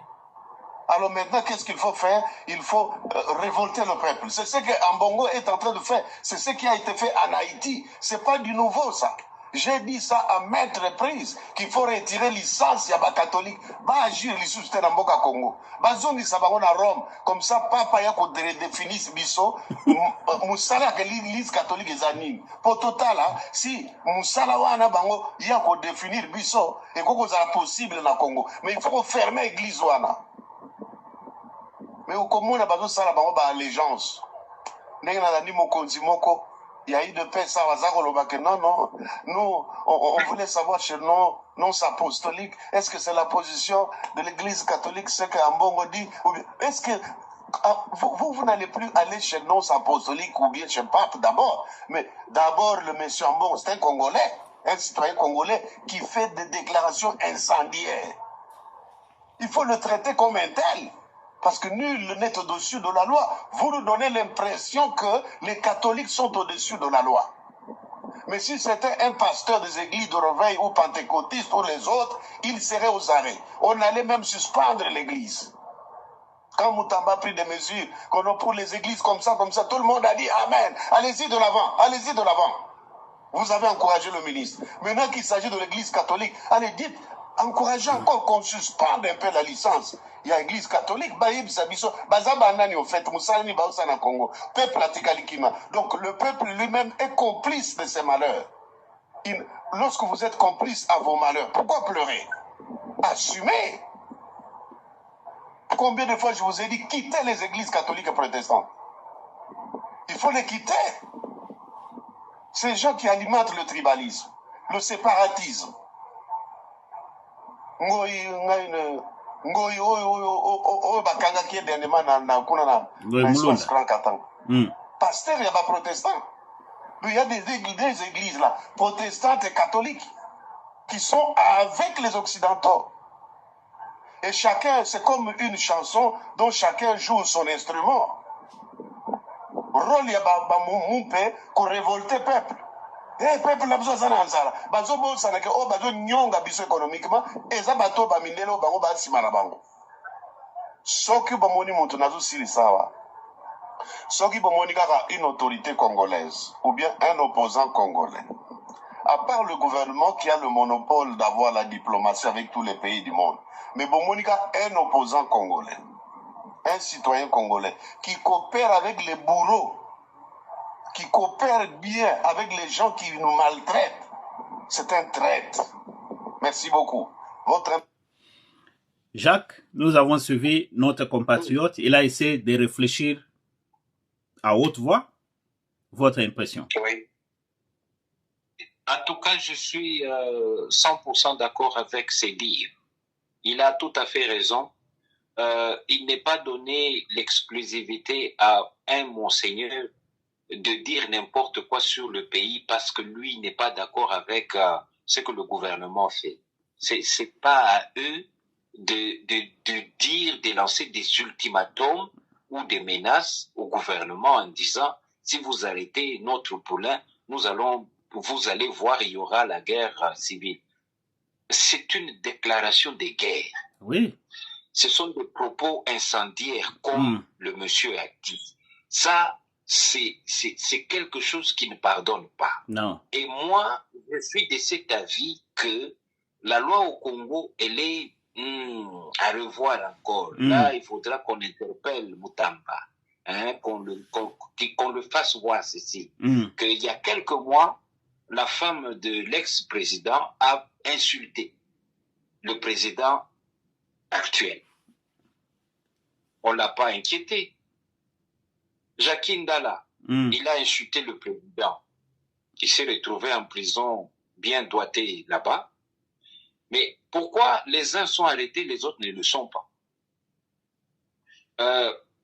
Le prêtre qui vient de dire là que voilà, nous allons voir la guerre civile par ici. Mais la sûreté de l'État dans tout ça, qu'est-ce qu'elle pense? Qu'est-ce qu'elle dit? Le ministre de l'Intérieur n'y voit pas un danger? Parce que, comme le monsieur a dit, c'est des propos incendiaires. Incendiaires. Donc, ces prêtres-là devaient normalement être vraiment rappelés, oui. Et non seulement ça, même le ministère de la Défense doit se sentir interpellé. Que dans certains pays, il y a eu des prêtres qui ont motivé la guerre civile. Oui. Des prêtres. C'est documenté. En commençant par le petit voisin qui nous terrasse au Kivu. Il y a eu des prêtres là-bas qui ont fomenté ou qui ont encouragé l'animosité qu'il y avait entre les deux peuples de ces pays-là. J'en ai marre de citer le nom, mais vous savez de quel pays je parle. Oui. Alors, je pense que ce prêtre congolais, s'il est congolais, hein, parce que nous, on commence à comprendre aujourd'hui que tout celui qui se dit congolais n'est pas vraiment congolais. À moins qu'il soit des pères et des mères. Parce que si vous êtes congolais, on va le sentir même par votre façon de parler. Ce que vous dites de votre pays. Si vous dites des propos qui sont ceux de l'ennemi, alors on pense que vous mangez avec l'ennemi. C'est que vous venez de cette obédience-là. C'est pas normal. Dans un pays, quand il y a un problème, quand il y a la guerre, le peuple se range derrière son chef, en un seul homme. On oublie qui est opposant, qui est de la mouvance. On oublie ça. C'est pour l'intérêt du pays. Je me rappelle d'une phrase une phrase qui m'a beaucoup marqué. En Afrique du Sud, il y a un leader qui a dit ceci, en prenant le pouvoir. Il a dit, nous pouvons être différents les uns des autres. Nous sommes faits du mal. Mettons de côté la hache de guerre. Travaillons ensemble pour l'intérêt du pays. Pas pour nos intérêts, hein, mais pour l'intérêt du pays. Ça, c'était quelque chose bien dit. C'était une phrase qui n'a pas seulement aidé à l'Afrique du Sud à aller de l'avant, mais qui doit aussi nous inspirer au Congo. Je peux être Moulouba, je peux être Mukongo, je peux être Mungala, je peux être Mswahili. Nando, Mswahili. Mettons nos petites divisions tribales à côté pour l'intérêt du Congo, c'est-à-dire son avenir, c'est-à-dire les enfants de nos enfants. Travaillons ensemble. Oublions d'abord nos différences culturelles et tribales, mais essayons de travailler ensemble. Je vais conclure en disant ceci, un petit exemple. Lorsque j'ai vu un professeur qui dit ceci, Botala na classe Yobana Baza 388, il manque même des bancs pour s'asseoir, mais voilà les conditions dans lesquelles nous travaillons. Gouvernement Foutibi sauté, ça fait 3 mois. Bon, moi je pose la question à ces professeurs-là. Le gouvernement ne vous a pas payé pendant 3 mois. Pourquoi vous continuez à aller au travail? Donc, quelque part, on voit en vous 2 choses. Soit vous êtes tellement zélé que vous pouvez travailler 3 mois sans salaire, soit aussi, vous y allez quand même parce que vous vous retrouvez. Ça, c'est la première chose. Quand on analyse, c'est ça qu'on peut voir. L'autre chose, l'autre point. Pourquoi, par exemple, ces gens-là diront, ah, gouvernement Azotala Bissoté. Non. Mais référant toujours à notre leader, là, je ne vais pas citer son nom, c'est pas grave. Mais un leader au Congo a dit ceci, le peuple doit se prendre en charge. Prenez-vous en charge. Parce que je suis sûr que si vous faites un geste, vous vous prenez en charge, le gouvernement ne va pas fermer ses yeux continuellement. Le gouvernement sera inspiré et va vous porter main forte. Et vous allez inspirer d'autres écoles à faire mieux comme vous. Je prends un exemple. En Afrique du Sud, dans une école que mon fils avait fréquentée, ils avaient un problème avec le terrain de rugby. Ils ne parvenaient pas à réfectionner ce terrain-là. L'école a demandé des fonds au gouvernement, au ministère de l'Enseignement, pour les aider à rétablir, à refaire le terrain. Malheureusement, le ministère a dit, nous n'avons pas de budget pour ça. Qu'est-ce que l'école a fait? L'école n'est pas restée pleurnicher, dire au gouvernement, le gouvernement a sauté à la bissoté. Non. L'école a fait un appel de fonds. L'école a envoyé des pétitions par-ci, par-là, au sein des entreprises, avec des photos à l'appui, pour montrer, présenter la situation dans laquelle le terrain de rugby était. Des entreprises ont contribué de l'argent. Et chaque fois qu'on donnait de l'argent, madame la principale venait en réunion avec les parents pour dire, nous avons eu un don de 30 000 rand. On a mis dans le compte de l'école, nous attendons de totaliser le montant demandé par la compagnie qui doit réfectionner le terrain. Il y a d'abord l'esprit d'honnêteté dans ça. Faut pas oublier. Alors, lorsqu'ils ont atteint le montant demandé par l'entreprise qui devait arranger, on a arrangé le terrain et le terrain était utilisable. Les enfants ont commencé à pratiquer le sport. Le département d'éducation avait donné un diplôme de mérite à la principale pour dire que, voilà, pour vos initiatives, le gouvernement est reconnaissant et vous donne ce titre en guise de reconnaissance. Et après, petit à petit, le gouvernement a commencé à arranger par-ci, par-là, des lampes cassées, la couleur, la peinture et tout et tout. Bon, c'est pour dire que quand le gouvernement a vu au moins que l'école a montré sa volonté de se prendre en charge, ils sont venus, même avec un peu, les soutenir. Mais au moins l'école a accompli quelque chose. Le monsieur là, c'est dans une école à Kinshasa qui s'est plaint qu'il y a 388 élèves dans une classe. Mais prenez des initiatives, présentez ça aux gens. Je suis sûr qu'il y aura toujours des gens de bonne volonté qui mettront un peu d'argent pour qu'on fasse des bons, qui mettront un peu d'argent ou qui vont donner des dons, des briques pour qu'on fasse d'autres classes et qu'on divise ces 388 par 10 peut-être et en faire 10 classes pour qu'il y ait un nombre acceptable d'enfants par classe. Ces propos-là amènent les gens à dire « Ah, gouvernement ya Tshisekedi, tala gratuité, tala ma classe, 388 élèves, gratuité zawapi. » C'est bien de dire ça, mais aussi longtemps que vous pensez que Tshisekedi doit tout faire, vous mangez des bananes, vous jetez dans la rue, vous dites « Tala, tala c'est la saleté, Tshisekedi, ah !» Il faut changer cette façon de réfléchir. C'est question de changement de mentalité. Oui, c'est pas à lui de faire ça. Lui, il vous a dit ce que vous devez faire. Faites seulement ce qu'il vous a dit là. Vous verrez que ça va aller de l'avant. Pourquoi est-ce que, par exemple, là où il y a un Zando, le marché, moi je parle pas seulement de Kinshasa, même Lubumbashi. Allons-y. Là où il y a le marché à Lubumbashi, pourquoi il n'y a pas des gens assez intelligents pour mettre des poubelles, pour que chacun se dise non, je ne veux pas jeter les pots de banane sur la rue, je vais jeter dans la poubelle. Est-ce que ça, il faut que le président vienne ramasser pour vous qui jette dans la poubelle?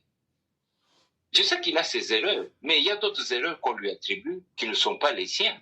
Qui ne sont pas les siennes. Ça, c'est pas à lui de le faire. Lui, il a dit, et soyons propres. Mais c'est tout. Essayez d'être propre. Quand vous quittez Lubumbashi, je prends un exemple seulement. Quand vous quittez Lubumbashi, vous allez, par exemple, à Gaborone au Botswana. Vous sentez que il y a l'enfer quelque part et puis il y a un monde meilleur quelque part. C'est pourquoi. Pourquoi nous, on ne peut pas être comme les autres? Nous pouvons aussi faire comme les autres, peut-être même mieux que les autres. C'est juste question de... Il y a un changement de mentalité, donc c'est tout ce que nous demandons à nos compatriotes. Mais oui. Jacques, on doit continuer, on a beaucoup à se dire vraiment et on a beaucoup à développer. Si on peut dire un mot sur la visite de Constant Mutamba au Grand Katanga. On l'a vu, donc comme toujours, il était parti visiter nos prisons qui sont de l'autre côté. Il a essayé de libérer quelques prisonniers qui étaient là-bas. Est-ce que vous avez un mot à dire là-dessus? Et puis on va chuter avec notre dossier de ce qui s'est passé au Canada avec notre fille qui était décédée. Si vous pouvez prendre les deux en un mot. Bon. Premièrement, ce que je peux dire de ce que mon ministre fait, mon préféré. Je savais que c'était lui. Je savais que c'était lui. Hein? Votre dauphin. On sait que c'est votre dauphin. Mais on ne dit rien. Mais l'avenir nous donnera raison. Dans le gouvernement de Tshisekedi, j'ai comme l'impression qu'il y a deux ministres. C'est Maire Toulouka et mon ministre préféré, Mutamba. Les restes là, je me demande, c'est des touristes ou bien... Il a déjà des ennemis. Hein. J'ai suivi quelques ministres là-bas qui sont en train de murmurer. Les gens disent que non, avec ce qu'il est en train de faire là, donc Félix doit faire très attention parce qu'il peut devenir son challenger pour 2028. Mais ils oublient que le monsieur là était candidat à la présidence. Hein, c'est ce qu'ils oublient. Donc, ce qu'il est en train de faire pour le moment, il ne fait que son travail, c'est que le président lui a dit de faire. Et il n'est pas allé à gauche ou à droite, il est dans son domaine. Mais pourquoi ça leur dérange? Bon, ça les dérange parce que ils sont pas habitués à voir un ministre faire son travail. Voilà. Ils sont habitués à voir des ministres qui entrent dans un ministère et qui en sortent comme ils sont entrés. Seulement à la grande différence qu'ils sont devenus riches. Bon, ça c'est une parenthèse. Moi, ce que je dirais à mon ministre, c'est que c'est bien de libérer les innocents. C'est bien de libérer tous ces prisonniers qu'on a incarcérés injustement ou bien sans motif valable. C'est bien de les enlever de là. Mais moi, je pense qu'il faut faire un travail de fond. Quand vous libérez un prisonnier qui a fait 5 ans, 10 ans là-bas, quand il sort de là, est-ce que vous êtes sûr qu'il a une famille qui l'attend? Si vous le libérez et que vous vous êtes renseigné qu'il a une famille qui l'attend, tant mieux. Mais si vous savez que le type là, on l'a ramassé dans la rue parce que c'était un Koulouna qui avait des machettes qui tranchaient les gorges des gens, vous le libérez. Vous le libérez, vous pensez qu'il va aller où si ce n'est que rentrer dans la rue, reprendre les machettes et continuer son travail qu'il avait laissé il y a 5 ans. Moi, je pense comme ceci. Quand vous libérez les gens, même ceux-là que vous savez qu'ils ont des familles qui les attendent, oui, mais on vous a arrêté, c'est pour une raison, quand même. Vous avez volé la poule, la chèvre, c'est pas normal. Voler déjà, c'est pas normal, c'est mauvais. Celui qui a volé une poule et celui qui a volé un poussin, tous, c'est des voleurs. Vous prenez ces gens-là, vous les rendez utiles à la société. Comment? Vous les envoyez à Kanyamakassis. Vous leur dites, pendant 2 ans, vous faites les champs des patates douces, les champs de pommes de terre, les champs de tomates, les champs de maïs. Quand vous terminez les 2 ans ici, on vous donne un petit papier qui dit que vous n'êtes pas agronome, mais vous connaissez faire les champs. Ils sortent avec un petit diplôme. Quand ils rentrent, peut-être, il faudra les financer un tout petit peu pour qu'ils aient quelque chose à faire. Par exemple, je prends juste un exemple. Faire des étangs, mettre un peu de poisson, on dit à la personne, voilà, il y a la nourriture là, vous nourrissez les poissons. Quand ça grandit, vous vendez, vous devenez entrepreneur. Et il faut leur donner quelque chose à faire. Il ne faut pas juste les ramener dans la population. Supposons qu'il a blessé quelqu'un. Vous le libérez. La personne qui l'avait agressé, qui l'avait blessé là, est toujours là. Cette personne-là va faire quoi? Elle va se venger. Il faut savoir. Il ne faut pas juste libérer des gens comme ça. Il faudra aussi qu'il y ait les cancels. C'est bon de libérer ces gens-là, mais moi je pense qu'il faut les rendre utiles à la société. Ça, c'est quelque chose qu'il faut étudier, qu'il faut faire vraiment. Il faut un travail de fond qu'il faut faire sur ça.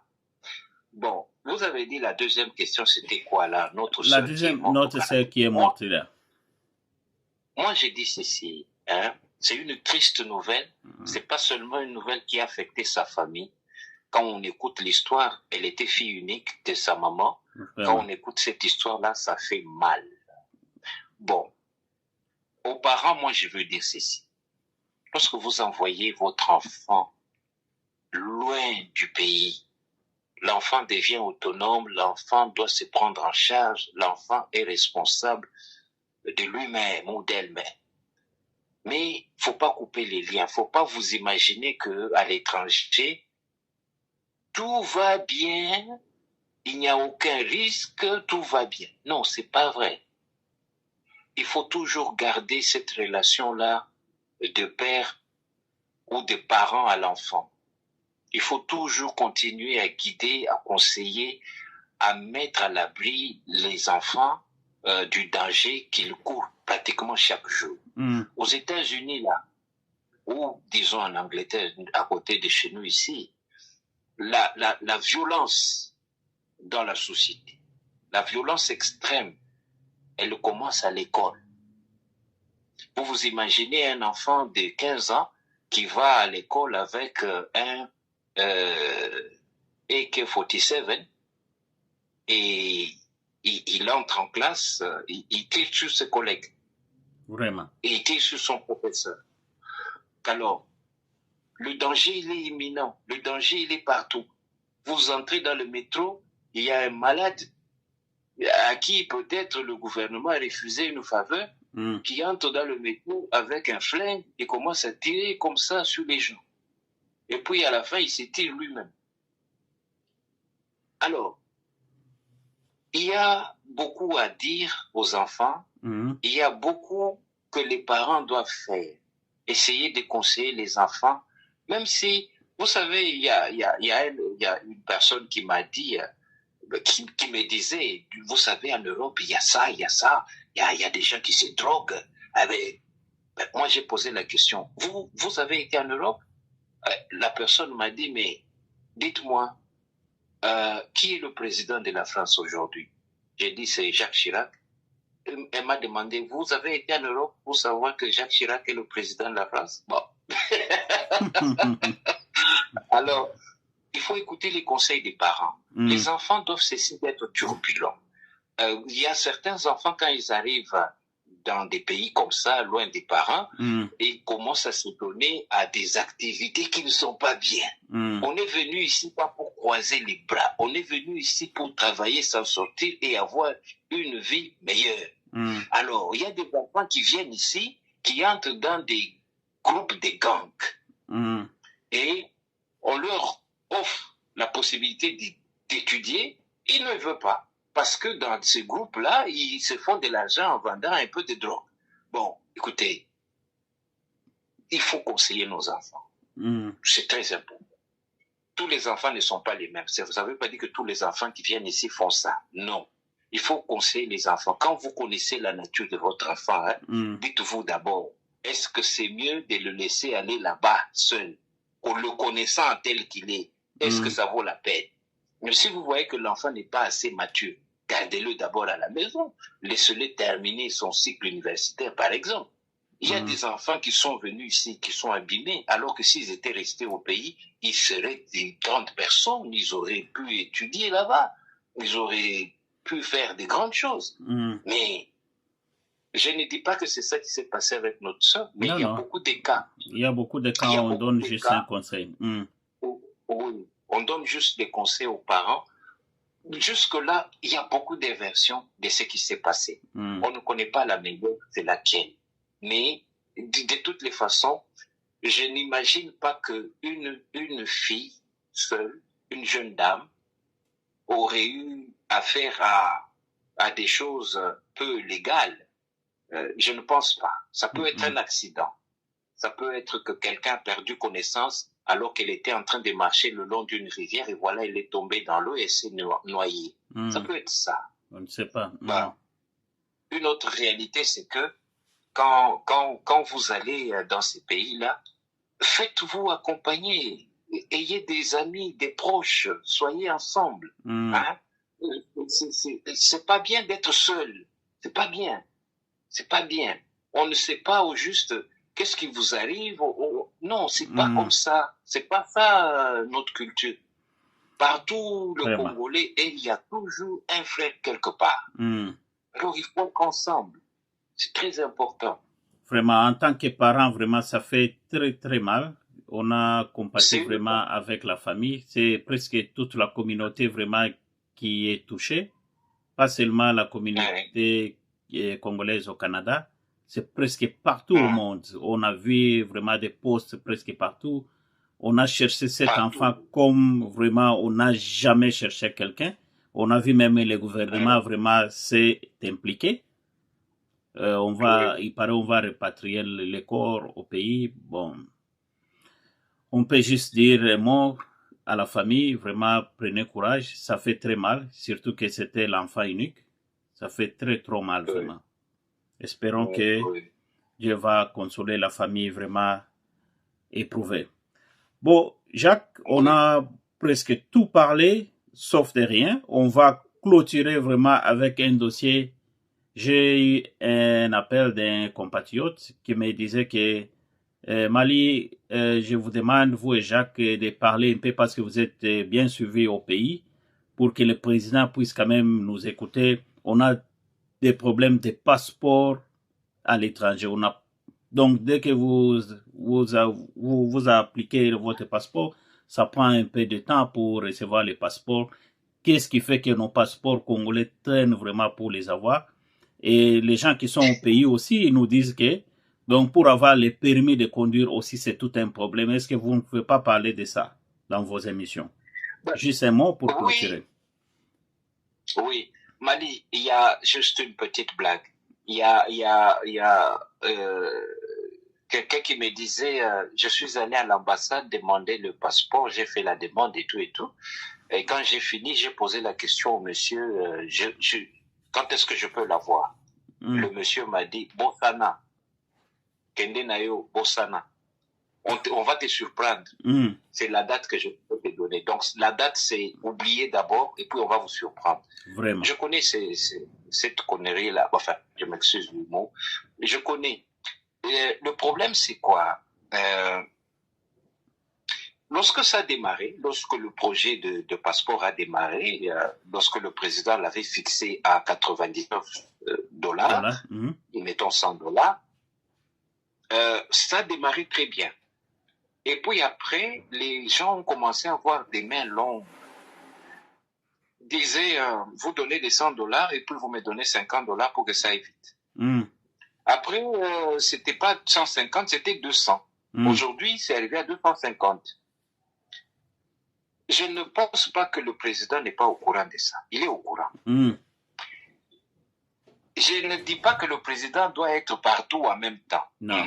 Mais il prend du temps. Il y a des petits trucs comme ça, comme le passeport, qui ont le potentiel de soulever le peuple. Oui. On a vu en Tunisie, l'augmentation du pain a amené le monsieur là qui s'était versé du gasoil sur lui et il s'est mis en feu. Juste parce qu'on a augmenté le prix du pain. Il y a des petits trucs qui ont vraiment le potentiel de faire mouche. C'est bien que les conseillers qui entourent le président interviennent en disant au président, parmi les urgences qu'on a, à part les bombes qu'on doit lancer là-bas dans le Rutshuru, nous avons aussi besoin de faire vite pour les passeports. Quelle solution? Moi, comme j'ai dit tout à l'heure, Mali, moi, je ne suis pas là pour faire des critiques acerbes. Je critique avec toute humilité, mais je propose.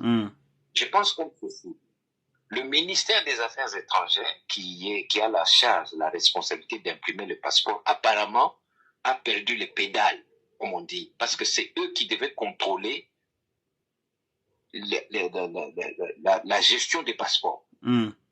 C'est eux qui devaient se rassurer que le passeport, c'est à 100 dollars, on les fait dans un délai bref et on donne aux gens parce que les Congolais, ils ont besoin de voyager. Tout le monde qui voyage ne va pas demander l'asile. Il y a des gens qui voyagent parce qu'ils vont acheter de la marchandise et viennent revendre au Congo.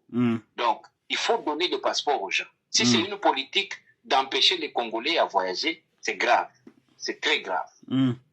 La démocratie oblige que chacun ait la liberté de se déplacer. Tout à fait. Alors, moi, je pense que le MINAFET a un problème de gestion de passeport. C'est pas grave. Notre gouvernement doit être humble.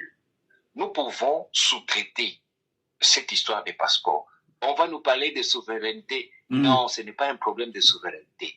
On peut déployer une équipe des Congolais qui vont travailler, par exemple, avec le département des Home Affairs en Afrique du Sud pour sous-traiter la rédaction ou l'émission de nos passeports. Parce que eux, au moins, ils n'ont pas ces histoires-là de « Oh, imprimante quoi, imprimante les autres salatés, déboyés, bah passeport les autres. » Non, ça c'est des histoires. Il faut sous-traiter cette histoire. Il faut faire le outsourcing. L'autre président, là, il avait fait avec une compagnie belge. Bah, nous, on est fatigués un peu que nos affaires soient gérées par les Belges. Il faut le faire avec un pays qui s'en sort bien en cette matière-là. Si je parle d'Afrique du Sud, c'est parce que je connais bien l'Afrique du Sud. Tu connais. Ouais, voilà. Si je dis, il faut faire le outsourcing de nos passeports. En Afrique du Sud, apparemment, si vous demandez un passeport, c'est dans moins d'un mois. Donc, dans 3 semaines, vous avez votre... Oui, dans 3 semaines, vous avez votre passeport. Ben, moi, bon, pour avoir vécu là-bas, j'ai demandé plusieurs fois mon passeport et mon passeport faisait toujours 5 jours et je l'avais. Voilà. Alors, c'est ce que j'ai dit. Donc, dans moins de 3 semaines, vous aurez ça. Oui. Alors, si vous voyez que les voisins, ils font bien les choses, mais rapprochez-vous de ce voisin-là, inspirez-vous. Ben oui. Pour ce qui est de permis de conduire, Mali, moi je pense comme ceci. On peut signer un contrat avec une auto-école, on peut dire d'ici, hein, en France. Parce que nous conduisons du même côté que eux. Donc, on préfère eux plutôt que les Sud-Africains parce qu'eux conduisent à droite. Et ils ont des volants à droite. Alors, on signe un contrat, par exemple, avec le service de auto-école d'ici. Et on crée des auto-écoles un peu partout dans le pays. Vous ne pouvez pas avoir un permis de conduire alors que vous n'êtes jamais passé dans une auto-école. Ça n'a pas de sens. C'est pourquoi nos permis ne sont pas acceptés à l'étranger. Il faut qu'il y ait des auto-écoles reconnues officiellement. Je ne dis pas qu'il faut nécessairement passer par ce pays ici. On peut passer par un autre pays. Ou bien nous-mêmes, nous pouvons créer ça en s'inspirant sur le modèle des autres. C'est très important. Alors, pour éviter la corruption, parce que chez nous, il y a encore ce virus-là, les permis ne doivent pas être imprimés au Congo. Ça doit être sous-traité quelque part, parce que ça va limiter les risques de corruption. Il n'y aura pas des gens qui vont échouer le test de auto-école et qui vont aller donner un peu d'argent pour qu'on leur donne des permis. Non, il faut sous-traiter ça dans un pays qui peut même être gardé secret. Voilà. Vous réussissez, on vous amène votre permis dans les brefs délais. Je pense que ça va marcher. Et quand nous allons grandir politiquement dans la tête, là, nous pouvons avoir ces choses-là rapatriées chez nous, au pays. Et pour le moment, je pense que la solution de passeport et de permis, c'est quelque chose qu'il faut sous-traiter dans d'autres pays. Pays amis, hein, comme l'Afrique du Sud. Ok. C'est mieux comme ça. En tout cas, merci beaucoup pour vos conseils. Comme on l'a toujours dit, donc on ne critique pas seulement, mais on propose aussi. Je pense que le ministre des Transports, qui pour le moment est Jean-Pierre Bemba, est tenté de nous suivre, parce qu'on est suivi un peu presque de partout. Les gens du gouvernement sont tentés de nous suivre. Mais c'est le président. Je sais que quand vous allez faire votre remaniement, cette fois-ci, pensez à tous les ministères qui ne fonctionnent pas, qui ne se font pas entendre. On a besoin vraiment de ça. C'est ça notre proposition, c'est ça notre souhait. Je pense que vous allez nous suivre. En tout cas, merci beaucoup. Un mot de la fin pour clôturer, Jacques. En tout cas, moi, je suis pour la rédaction d'une constitution qui représente la volonté du peuple. La constitution que nous avons héritée du barbu de Kingakati, c'est une constitution qu'il faut mettre dans les archives, dans des bibliothèques, et on s'en moque. Nous devons utiliser une constitution qui représente le peuple congolais. Nous n'avons pas besoin d'une constitution qui fait plaisir à l'Occident. Non. Nous avons besoin d'une constitution qui aide et qui comprend les réalités des Congolais, des pères et des mères. Ça, c'est très important. On n'est plus au niveau d'aller dans la population éduquer des gens qui ne veulent pas comprendre. Faisons ça d'abord. Quand ça sera fait, ben puis voilà, celui qui veut apprendre va apprendre par les actes. Il va apprendre. Ou bien, il y aura des émissions à la télévision, ça c'est le rôle de Patrick Mouyaya, d'enseigner, de faire comprendre, de lire un article par jour, jusqu'à ce qu'on arrive au dernier article. Chaque jour, vous lisez un article, vous expliquez. Demain encore, vous lisez un article, vous expliquez. C'est comme ça qu'on peut enseigner, c'est comme ça qu'on peut aider. Pas question d'envoyer des gens en blouse pour aller enseigner la Constitution dit ceci. Non, non, non. Ça peut se passer à la télévision ou à la radio. Pourquoi le ministre des Communications ne fait pas ça? C'est son rôle. Oui, oui. C'est son rôle. C'est ça que je peux dire comme mot de la fin. En tout cas, merci beaucoup, Jacques. C'est vraiment un plaisir de vous avoir comme notre analyste. Nous sommes vraiment très bénis de vous avoir chaque dimanche à notre magazine Revue de la semaine, comme toujours. Chers amis, comme je vous avais dit au début, aimez cette vidéo, abonnez-vous si c'est la première fois que vous venez à peine de nous retrouver. Essayez de partager parce qu'on est là juste pour parler Congo. On parle du Congo parce que nous sommes attachés à ce pays. On n'a pas d'autres pays, on n'a qu'un seul pays, le pays qui nous a légué nos ancêtres, Lumumba et les autres. Les pays, le Congo, notre pays, notre patrimoine. Si on le perd aujourd'hui, on n'a pas d'autres pays. En tout cas, merci beaucoup. Je pense qu'on va se voir encore prochainement. Et merci beaucoup et à la prochaine. Bye bye. Bye.